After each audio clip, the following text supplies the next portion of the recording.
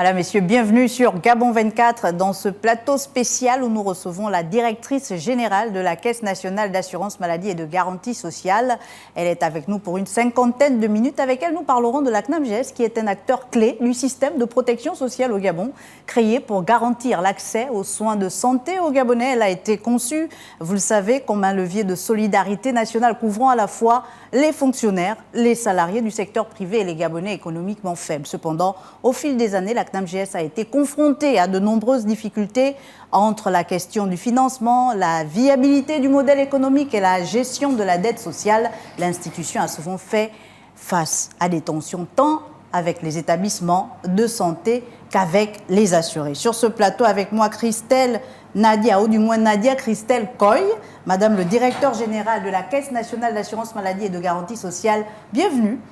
Merci. Et merci d'avoir accepté l'invitation de Gabon 24. C'est moi qui vous remercie de nous offrir l'opportunité de parler de la CNAMGS. Alors aujourd'hui, la première question serait peut-être de savoir quelle est la mission principale de la Caisse nationale d'assurance maladie et de garantie sociale et comment a-t-elle évolué depuis sa création? On parle quand même avant les années 2010. Les principales missions de la CNAMGS sont d'assurer la couverture des risques liés à la santé, à la couverture de santé, la réduction de la pauvreté à travers l'allocation de différentes aides sociales qui sont subventionnées donc par l'État et la couverture des frais d'accouchement. C'est vrai que j'ai essayé d'embrayer un peu sur les publics visés, mais c'est toujours intéressant que vous, qui êtes directeur général, vous reveniez. Qui sont aujourd'hui les publics couverts par la Caisse nationale d'assurance maladie et comment, surtout, elle assure l'équité entre les différentes catégories d'assurés?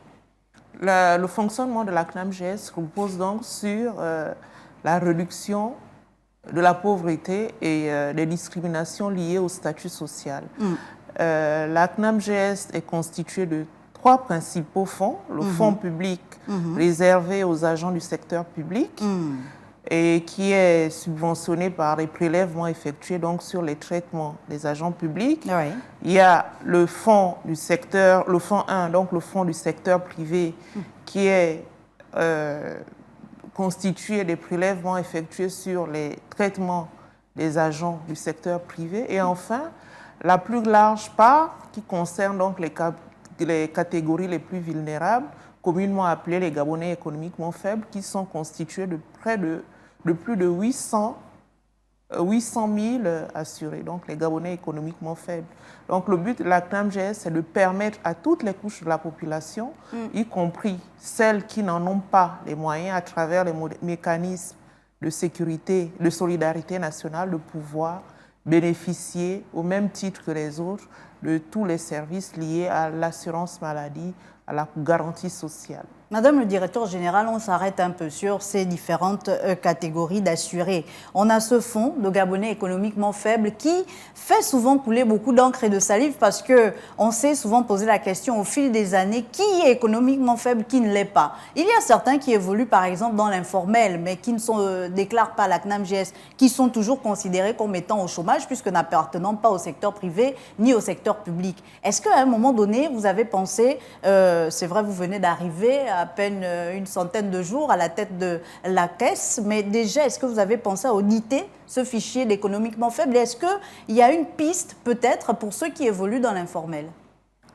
Déjà, c'est l'un de nos principaux chantiers, à savoir assainir le fichier des Gabonais économiquement faibles, parce que l'objectif, c'est de pouvoir accorder ou du moins dispenser aux Gabonais économiquement faibles une offre de soins de qualité, les aides correspondantes. Malheureusement, effectivement, ce fichier est virusé, est corrompu par l'existence de personnes qui travaillent. Bon, après, il faut savoir que la situation sociale peut évoluer à travers quelqu'un qui était Gabonais économiquement faible hier, peut avoir connu des évolutions et donc avoir obtenu un emploi.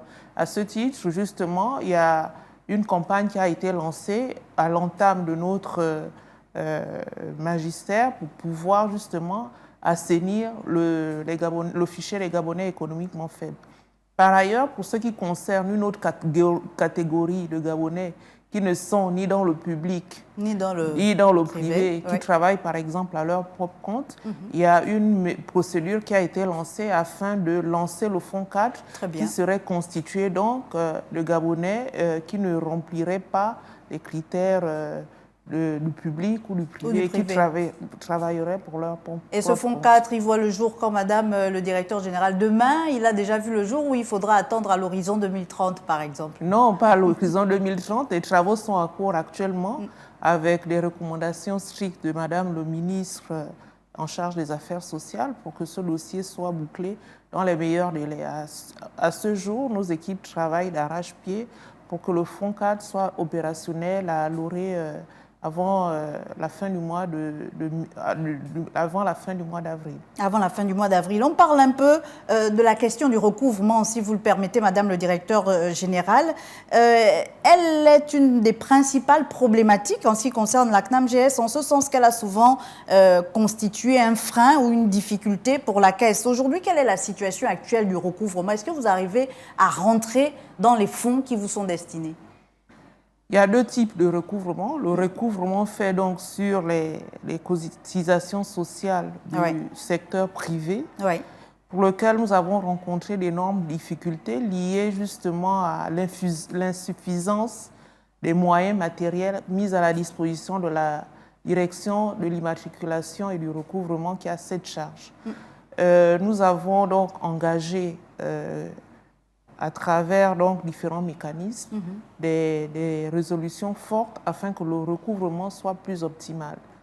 Nous avons donc acquis depuis 2 mois, c'est vrai que ça fait seulement à peine 3 mois, mais c'était des travaux d'Hercule, des travaux herculéens. Nous avons pu acquérir des outils informatiques dont justement cette direction ne disposait plus parce qu'ils étaient obsolètes. Nous sommes en cours d'acquisition des moyens roulants pour permettre à nos équipes de se déployer sur l'ensemble du territoire. C'est ça, moi j'allais vous poser la question parce que la CNAMGS, elle n'agit pas seulement à Libreville. Quand il faut aller à l'intérieur du pays, est-ce que c'est optimal? Est-ce qu'on arrive à capter finalement les ressources qui sont également? Pas de manière optimale parce que les moyens n'étaient pas mis en branle pour que ça soit le cas, mais nous avons noué des partenariats avec la Direction générale des impôts, avec la Direction générale avec l'ANPI, avec différentes administrations qui interviennent donc qui peuvent nous aider justement à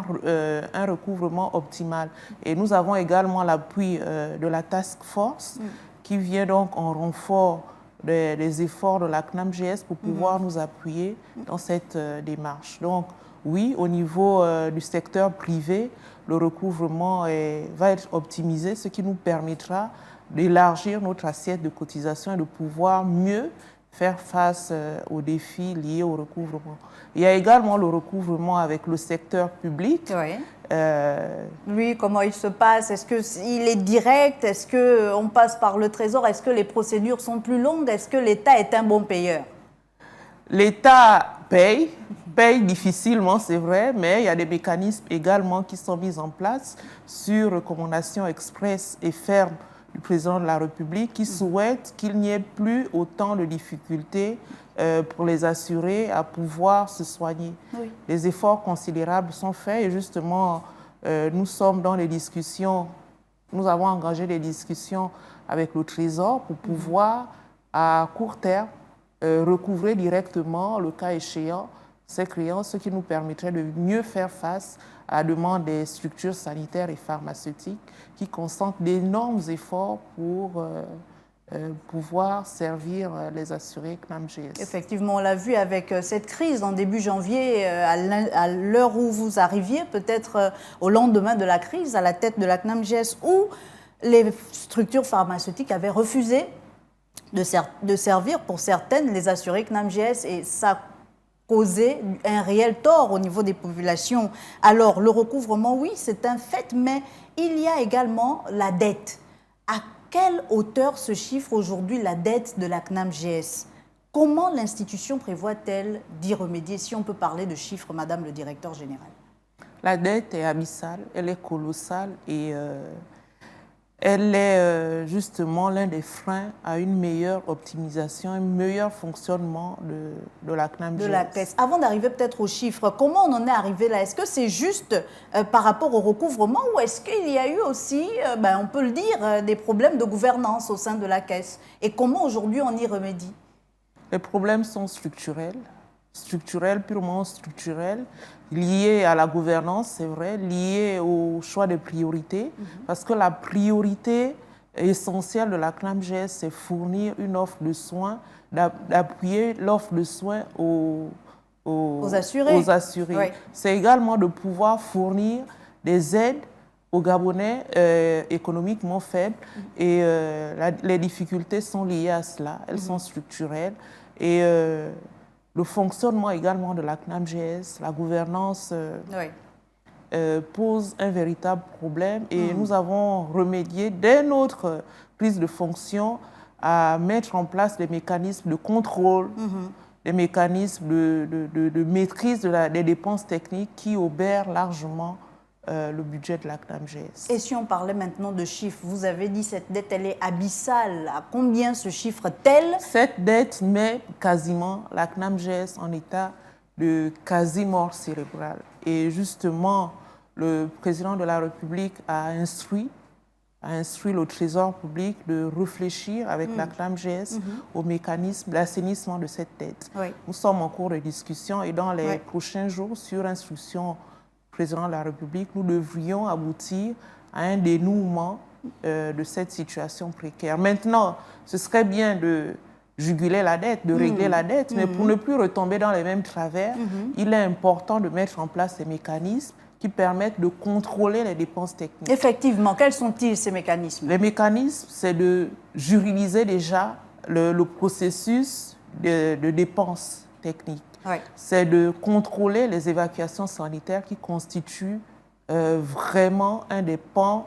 une des plus lourdes charges? Une des plus lourdes charges de la CNAMJS parce qu'il y a des pathologies qui pourraient être traitées localement, qui ne le sont pas pour défaut de plateau technique. Là également, des efforts considérables sont consentis pour que certaines pathologies soient traitées localement, pour que les médecins, et c'est l'une des recommandations également que nous avons eues, c'est de pouvoir assurer ou plutôt favoriser la formation de nos médecins. C'est vrai qu'on évacue, mais pour bénéficier de ces évacuations, il faudrait que nos médecins participent à la formation auprès des structures sanitaires à l'étranger. Et on aura l'occasion de revenir sur cette grande question des évacuations sanitaires. Et dans ce cadre, nous avons les partenariats que nous signerons par la suite, devront intégrer la formation des médecins comme l'un des aspects principal des rapports entre la CNAMJS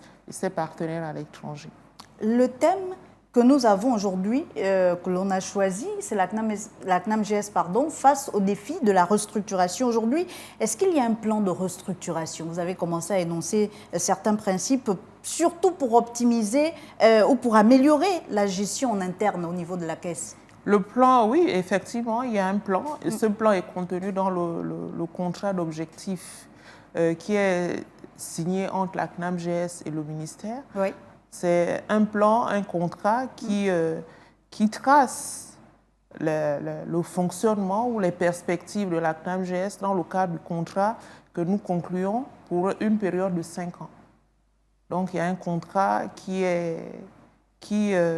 prévoit les mécanismes, les innovations, les restructurations envisagées par la direction générale. La direction générale. Pour revenir un peu sur la dette, Madame le directeur général, on a lu il y a quelque temps que pour essayer d'aider la CNAMJS, la FEG s'engageait, par exemple, à mettre sur la table un certain montant à travers certaines banques. Mais dans l'opinion, les voix s'élèvent pour poser la question. Quand on sait que le secteur privé est l'un des responsables de cette dette-là, comment aujourd'hui ce même secteur privé peut se porter garant pour apporter secours à la caisse? Quel est le mécanisme? Est-ce que vous pouvez nous expliquer pour que tout le monde essaye de comprendre, pour essayer, c'est vrai, vous avez dit les discussions sont en cours pour essayer d'apurer cette dette, mais aujourd'hui, concrètement, la FEG, s'il faut la citer, fait par exemple partie du conseil d'administration de la CNAMGS. Mais on sait que ce sont les entreprises de la FEG qui constituent le secteur privé et qui, d'une certaine façon, font peser la dette aussi de la CNAMGS. Est-ce que, voilà. Pour précision, la CNAMGS est constituée, le fonctionnement de la CNAMGS repose sur 3 principaux fonds.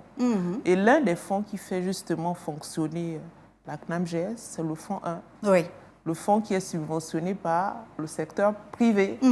Donc, à ce titre, c'est vrai qu'il y a un encours de la FEG, mais il est en voie de résolution dans la mesure où le président du conseil d'administration fait un travail considérable pour nous appuyer dans toutes les démarches liées à l'appurement de la dette de la FEG, également pour pouvoir nouer des partenariats avec les structures publiques pour que les structures financières, pour que cette dette soit apurée et que la CNAMGS sorte de cette spirale infernale dans laquelle elle se trouve. Aujourd'hui, beaucoup de prestataires refusent de recevoir des patients CNAMGS. Ceux qui étaient même abonnés CNAMGS, il faut les appeler comme ça, que ce soit des structures hospitalières ou pharmaceutiques, retirent finalement l'abonnement à la CNAMGS pour cause de dette, pour cause d'impayés. Le financement des prestations de santé est donc un enjeu majeur, Madame le directeur général. Est-ce qu'aujourd'hui, la CNAMGS a les ressources nécessaires pour assurer finalement ses engagements? Vous parliez d'une dette abyssale qui pourrait plonger la CNAMGS entre griffes un coma. Est-ce que la Caisse peut s'en sortir? Oui, il y a ces discussions, mais est-ce qu'il faut espérer? Est-ce que ça ne va pas trop coûter à l'État de sauver la CNAMGS? Est-ce qu'il faudra, à un moment donné... L'État est l'un des principaux pourvoyeurs de la CNAMGS à travers la contribution spéciale qui est payée justement directement au Trésor. Est-ce qu'on a des chiffres, Madame le directeur général, pour essayer d'estimer un peu? Estimer la dette? La contribution spéciale de l'État, elle se chiffre à combien par an? La contribution, il y a des subventions de l'État qui varient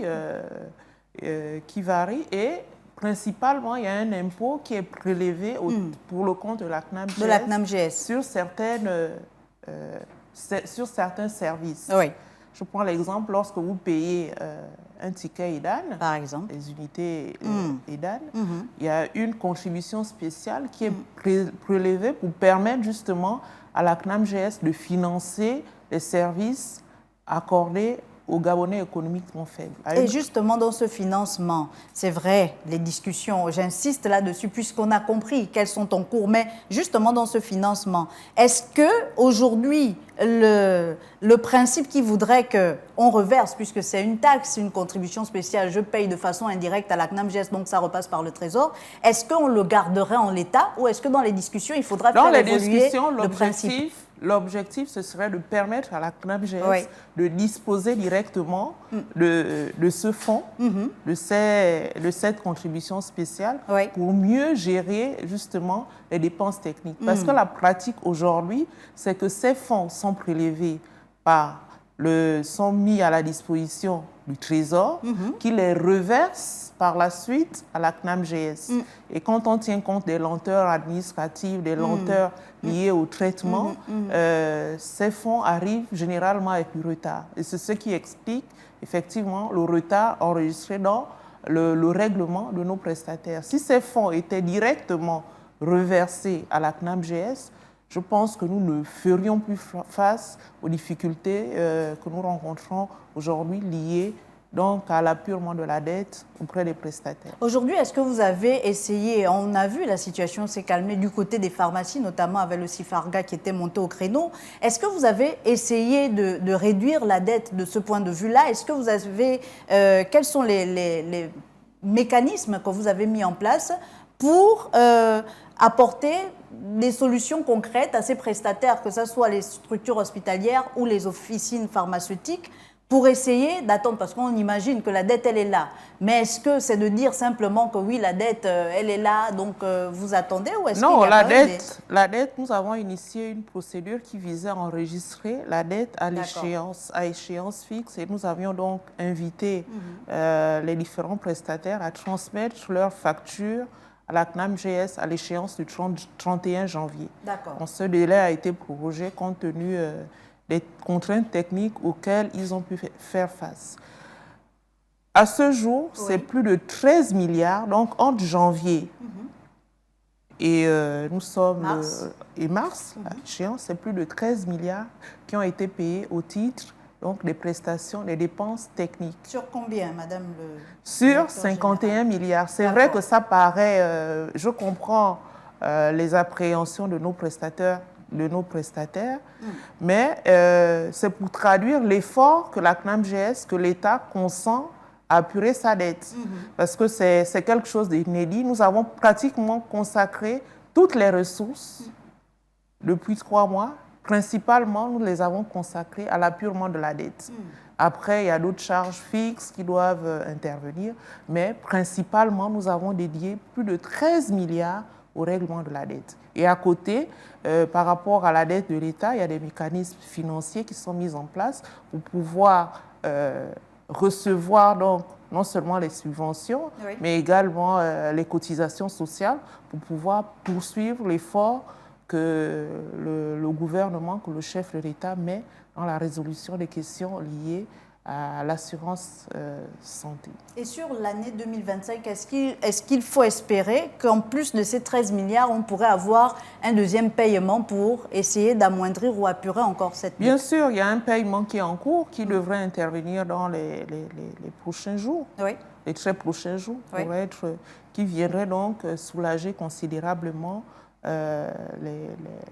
les prestataires, les structures sanitaires et pharmaceutiques qui nous accompagnent dans l'accompagnement des assurés gabonais.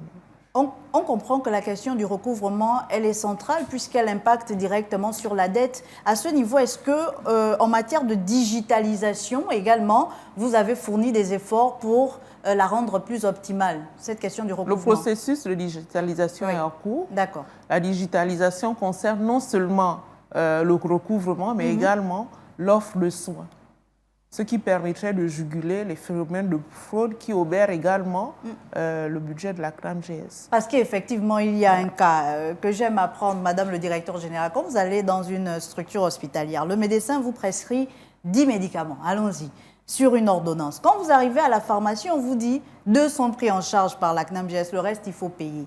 Comment cela se passe? Est-ce qu'il y a une entente qui échapperait à la CNAMGS entre les médecins et les pharmacies? Est-ce que la CNAMGS a une liste de médicaments qui ne répondrait pas à la réalité et au quotidien des patients? Ou est-ce que cette liste est aménagée? Et voilà, qu'est-ce qui se passe concrètement? Il y a une liste qui est mise en place, d'accord parti entre les personnels savants, entre la CNAMGS et les prestataires, une liste de médicaments. Est-ce que cette liste a été mise à jour récemment?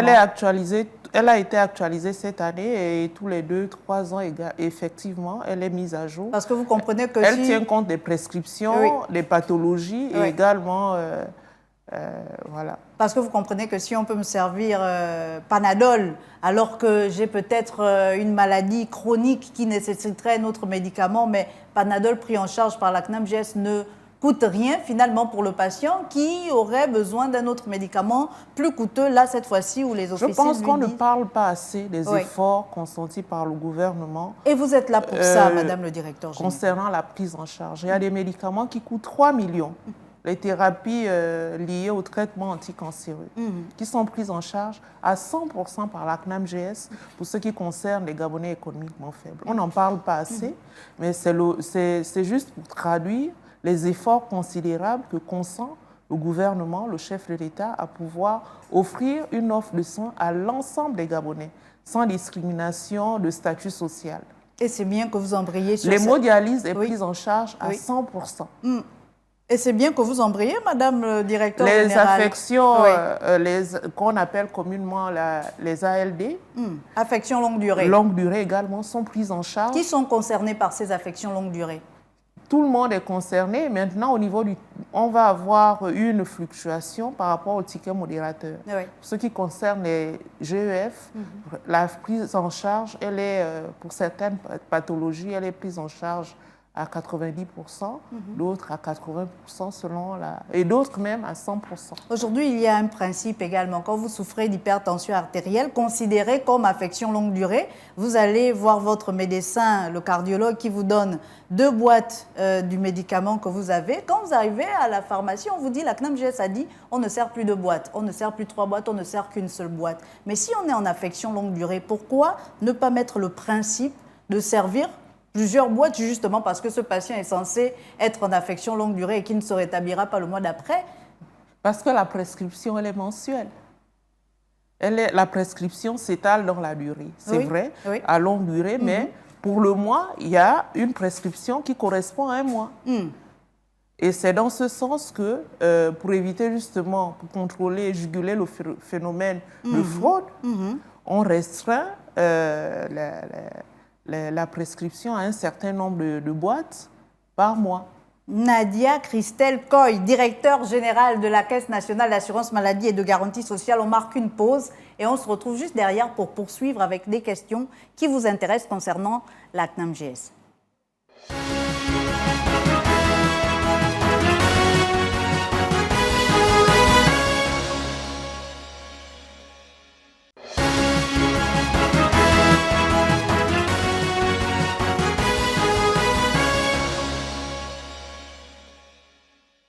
Deuxième partie de ce plateau spécial où nous sommes toujours avec Nadia Christelle Coy, directeur général de la Caisse nationale d'assurance maladie et de garantie sociale, c'est au Gabon. Et on parle de la dette, on parle des questions de recouvrement, mais surtout de l'offre de services finalement, comment elle est impactée, comment ces questions de recouvrement et de dette impactent directement les populations. Madame le directeur général, vous savez qu'elles sont impactées, elles en souffrent aujourd'hui. Certains assurés se plaignent de la qualité des soins pris en charge. Quels sont les efforts entrepris pour améliorer l'offre de services? L'effort principal, c'est déjà d'apurer la dette parce que nous comprenons aisément que dans le cadre du conventionnement, la dette est échue à une certaine période. Et je salue ici la solidarité des prestataires de santé, structures publiques, privées, pharmaceutiques, qui accompagnent la CNAMGS en assurant de manière permanente la prise en charge des assurés. Donc, pour revenir à la question, premièrement, ce serait de contrôler les dépenses techniques à travers la digitalisation. Parce que lorsque l'assuré arrive dans une structure hospitalière, il est reçu par un médecin CNAMGS et nous voudrions justement digitaliser, c'est-à-dire que tout le parcours de l'accueil jusqu'à la pharmacie en le digitalisant. Et là, on parle de quel délai, Madame le directeur général? On a toujours envie d'avoir les délais parce que les populations qui nous regardent se posent également des questions.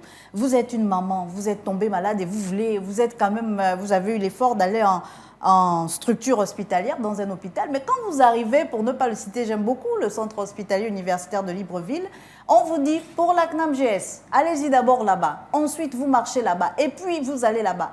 Imaginez un peu la douleur de cette mère de famille, même si ce n'est pas une maman, même un jeune enfant malade, qui est déjà dans un certain état, qui n'est pas tout de suite pris en charge parce qu'il faut faire des formalités à n'en plus finir. Et on ne le voit qu'avec les assurés de la Caisse nationale d'assurance maladie. Pour les autres qui ont d'autres types d'assurance, c'est assez rapide, comme si il y avait une tendance à laisser pour compte ces assurés, Madame le directeur. Déjà, le renforcement des capacités, parce que c'est vrai que dans les contraintes financières de la CNAMGS ne permettent pas de recruter pour le moment, mais nous envisageons un plan.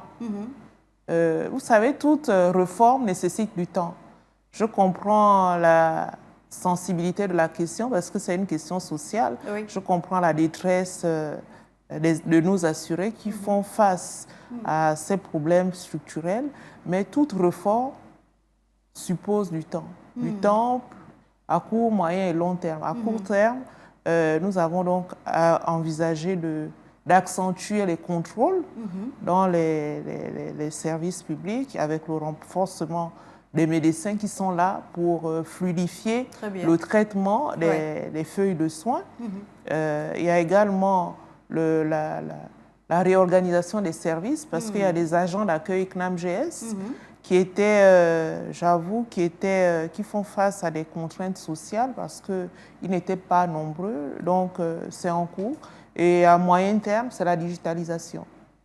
Pour revenir à cette question de la digitalisation qui est essentielle. Ça permettra de contrôler ou de réduire les délais de traitement parce que si l'agent d'accueil peut rentrer directement les données, ça se répercute par la suite sur l'accueil par le médecin. Donc, à court, moyen, long terme, voilà les réformes que nous avons entreprises. Effectivement, la formation, elle est importante parce que quand vous allez également, on aime prendre des exemples concrets, Madame le directeur général, quand vous allez dans une structure hospitalière où la feuille de soins elle est mal remplie, le patient, il a déjà peiné à rencontrer le médecin. Ensuite, il arrive en pharmacie, on lui dit « on ne peut pas vous servir parce que le médecin a oublié de remplir telle ou telle autre chose ».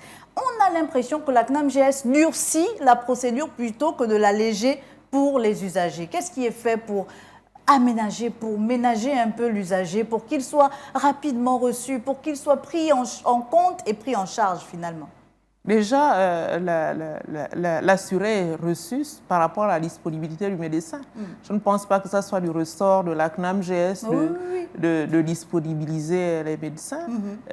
Donc, l'obligation pour la CNAMGS, c'est de recevoir l'assuré et de lui permettre, si le médecin est disponible, de pouvoir être reçu.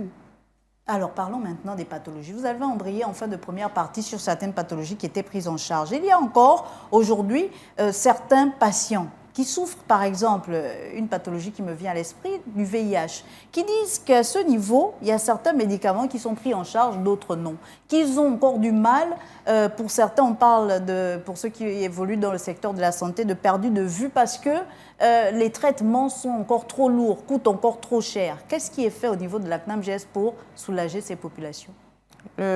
Sauf erreur de ma part, les prescriptions liées au VIH sont prises en charge intégralement.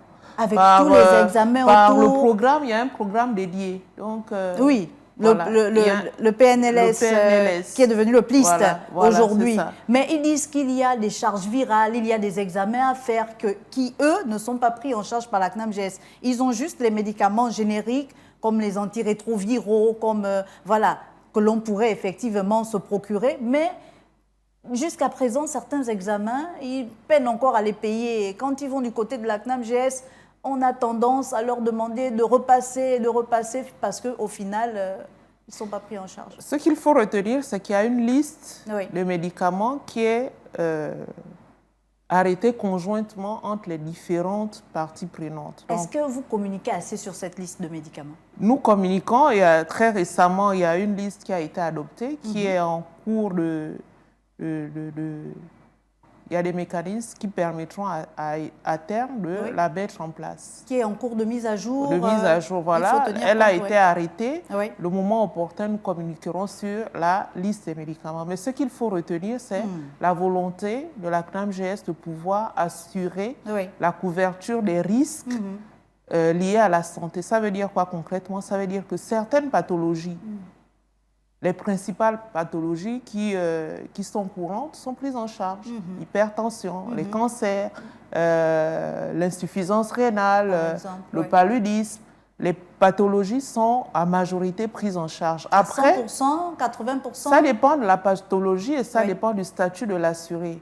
Affection longue durée n'est pas pris en charge. L'assuré qui bénéficie d'une carte affection longue durée n'est pas prise en charge au même titre qu'une affection, qui peut rapidement être traitée et passagère. Ce qu'il faut aussi, je voudrais insister dessus, c'est qu'au-delà de la prise en charge des frais de santé, il y a également la prise en charge sociale. Les aides sont allouées. Quelles sont ces aides, madame? Les aides à la scolarité. La CNAMGS, à travers les mécanismes des filets sociaux, prend en charge la scolarité de certaines populations vulnérables. En l'occurrence, les GEF uniquement?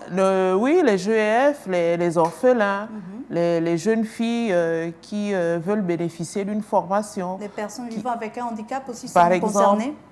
Donc, il y a des filets sociaux qui sont mis en place, une subvention spéciale de l'État qui permet donc justement de pouvoir élargir les bénéficiaires ces allocations-là. Madame le directeur général, le remboursement des frais médicaux est parfois long et compliqué pour certains patients, pour certains usagers de la CNAMGS. Quelles mesures ont été prises aussi pour accélérer ces procédures? Parce qu'au final, quand on regarde, c'est surtout soit la procédure qui est longue, soit la procédure les qui est... évacuer ou je sais pas. Oui. Les évacuer. Oui, pour les évacuer. Pour les évacués sanitaires, la procédure est celle-là. Lorsque votre médecin traitant constate que vous avez une pathologie qui ne peut pas être traitée localement, il y a un staff qui se réunit selon les spécialités. Le staff en oncologie, c'est à l'Institut de cancérologie de d'Akanda. Il y a le staff pour les neurochirurgies, le staff pour l'ophtalmologie, parce que ce sont les pathologies courantes pour lesquelles on évacue, ou alors le staff en cardiologie. C'est le staff qui, c'est pas un médecin, mais c'est le staff qui autorise ou qui relève la nécessité pour l'assuré d'aller en évacuation sanitaire.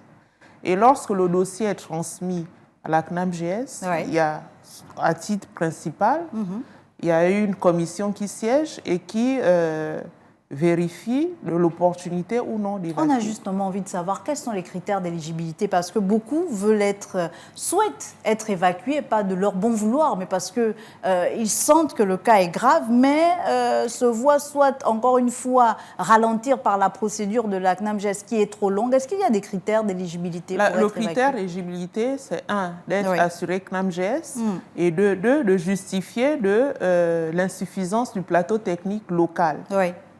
On a des malades qui sont à Fougamou ou encore Ampara, village là-bas dans l'Ogooué maritime, qui ont des pathologies que les médecins au niveau local jugent être difficiles à traiter puisque n'ayant pas le plateau technique. Elles sont évacuées sur Libreville. À quelle durée, à quelle période? Comment ça se fait? Moi, j'ai le cas d'une maman. C'est un jeune compatriote qui avait écrit sur l'une des plateformes sociales de Gabon 24 pour dire que sa maman est tombée malade. Elle est rentrée dans un coma lié à justement une maladie du cerveau et qu'il a eu du mal, par rapport à la lenteur des procédures au niveau de la CNAMGS, d'évacuer sa maman sur Libreville déjà, pour savoir si elle pouvait encore être évacuée à l'étranger. Est-ce que là, il y a un choix qui se fait en fonction de ce comité dont vous parlez? Est-ce qu'il y a... Déjà, est-ce que c'est la tête du client? Ce n'est pas la tête du client, je vous rassure que ce n'est pas la tête du client, parce qu'un Gabonais économiquement faible, a priori, n'a pas de clientèle. Il n'a pas d'appui, c'est juste son statut sanitaire qui autorise ou qui justifie le traitement par la CNAMGS. Donc, ce qu'il faut également retenir, c'est qu'une fois le dossier est transmis à la CNAMGS, il est transféré aux structures pour demande d'avis. De devis, pardon. C'est la structure qui autorise l'évacuation sanitaire. Nous ne pouvons pas prendre la latitude d'évacuer quelqu'un s'il n'a pas de rendez-vous, si le plateau technique localement, à l'endroit où il va être évacué, n'est pas disponible. Mais alors, il y a Il n'y a pas de devis spécifique parce que ça dépend des disponibilités de la structure qui accueille. Très bien. Et là, on est dans quel délai, Madame le directeur général? Ça fluctue. Il y a des rendez-vous qui peuvent être pris et ça dépend du pays. C'est pour ça que nous sommes ouverts à différents pays. Nous avons signé des subventions en France, au Maroc, en Tunisie et en Turquie, en fonction des réponses délivrées par la structure à l'extérieur, que nous pouvons déployer le mécanisme. Beaucoup de partenaires sociaux fustigent par exemple que la CNAMGS, durant longtemps, a entretenu des rapports assez flous avec des structures à l'étranger. Est-ce que c'est encore le cas aujourd'hui? Ces conventions ont été, je vous ai annoncé tantôt, que nous avions liquidé les anciennes conventions. D'accord.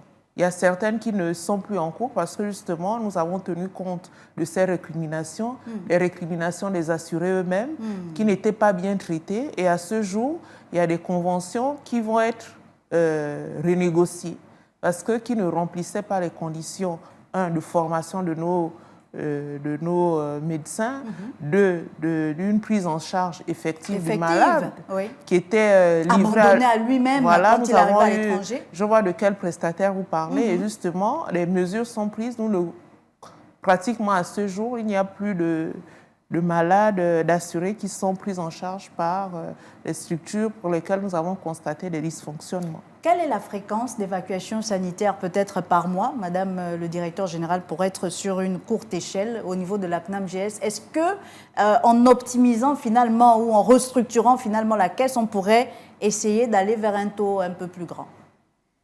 Nous sommes arrivés en janvier, le 7 janvier, et nous avions en instance 150 dossiers d'Evasan, dont les évacuations avaient été validées, mais qui ne pouvaient pas bénéficier automatiquement sur le champ parce que les prestataires ne voulaient plus, en raison donc du passif de la CNAMGS, ne voulaient plus recevoir les assurés.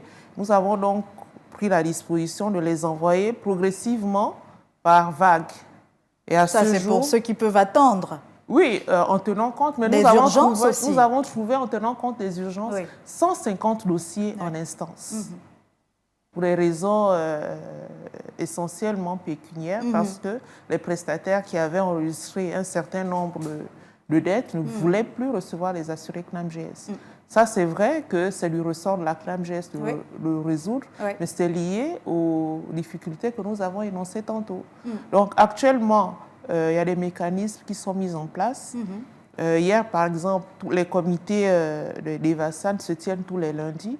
Déjà, dans la procédure, nous avons associé les experts. Les experts, le DG n'intervient pas parce que ce n'est pas une question, le DG n'est pas médecin, c'est une question purement médicale. Ce sont les spécialistes eux-mêmes qui décident de l'opportunité ou non d'évacuer. Après, il y a les contraintes liées aux disponibilités des structures qui reçoivent.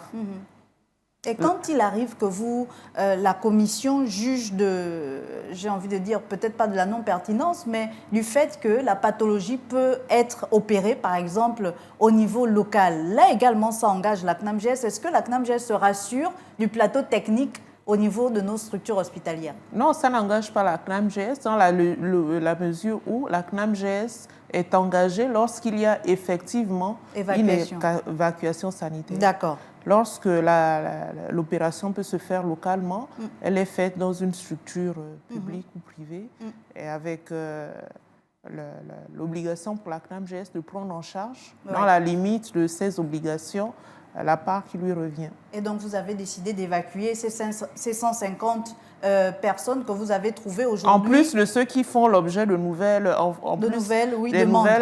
demandes, des nouvelles évacuations. Aujourd'hui, est-ce que vous avez pu éponger déjà ce fichier? Aujourd'hui, est-ce qu'on a un taux qui essaye de se...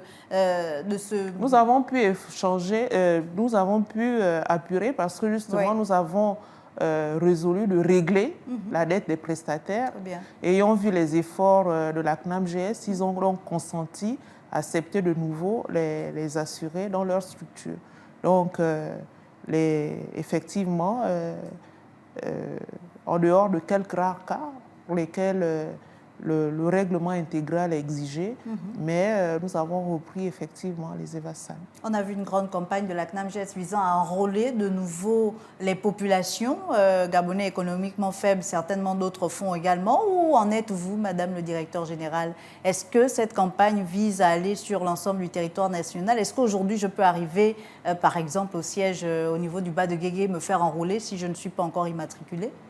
C'est progressif, les campagnes vont être lancées progressivement en tenant compte justement de l'obligation pour la CNAMGS d'immatriculer de manière pérenne, pas de manière circonstancielle. C'est un droit qui est acquis au bénéfice des assurés et dans les prochains jours, nous reprendrons l'immatriculation de manière permanente. Est-ce que vous avez au moins commencé? Où en êtes-vous?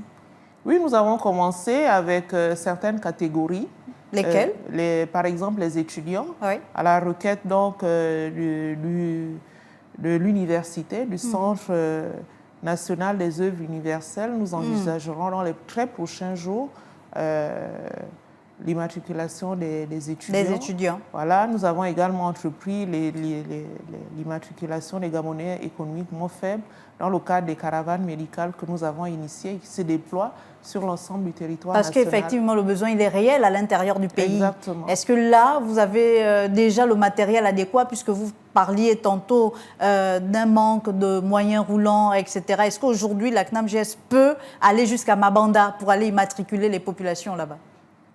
La CNAMGS n'a pas l'intégralité des moyens, mais tenant compte des instructions fermes, des prescriptions du président de la République, nous avons décidé d'aller avec les moyens que nous avons. Donc, effectivement, les caravanes se déploient. C'est pour ça que nous avons admis le principe des caravanes, parce qu'elles sont itinérantes. Oui. Elles permettent de mobiliser les moyens à échéance différée sur l'ensemble du territoire. Il y a un fait qui ressort depuis un moment dans l'opinion.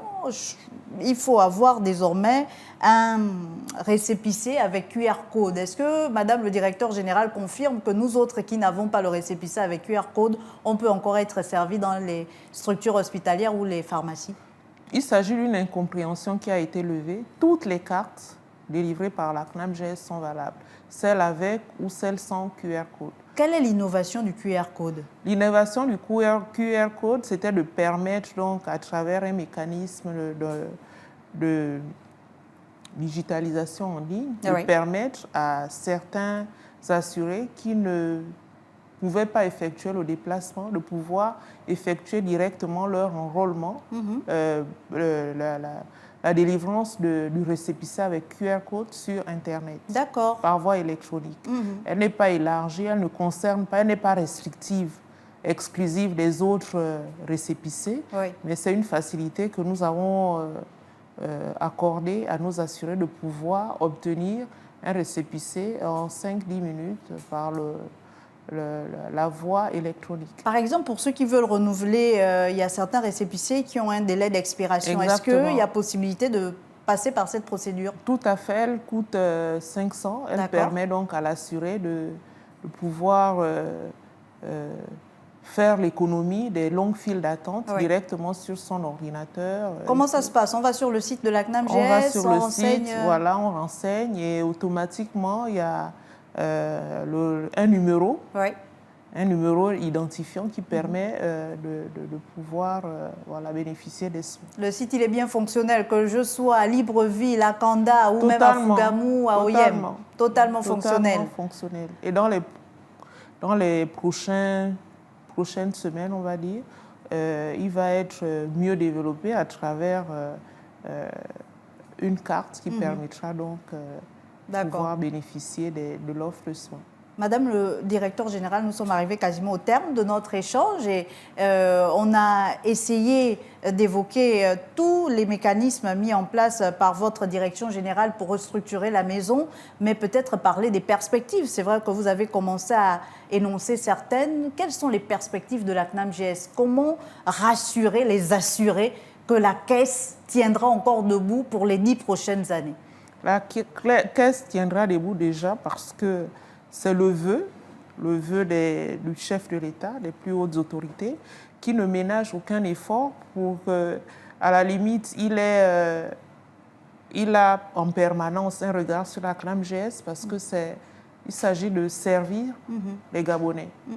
Et donc, les perspectives sont très bonnes dans la mesure où on pourra faciliter l'accès au recouvrement, dans la mesure où on pourra permettre aux assurés de l'ensemble du territoire, à travers les réflexions des plateaux techniques, de pouvoir bénéficier d'une offre de soins optimale. Ce sera également à travers le règlement de la dette aux prestataires de santé qui leur permettra de mieux servir les assurés. Donc, pour me résumer, les perspectives sont très bonnes. Les prestataires seront réglés, l'offre de soins sera élargie à l'ensemble du territoire, pas exclusivement à Libreville. Tant mieux. Voilà, et les EVASAN seront plus restrictives, mieux contrôlées.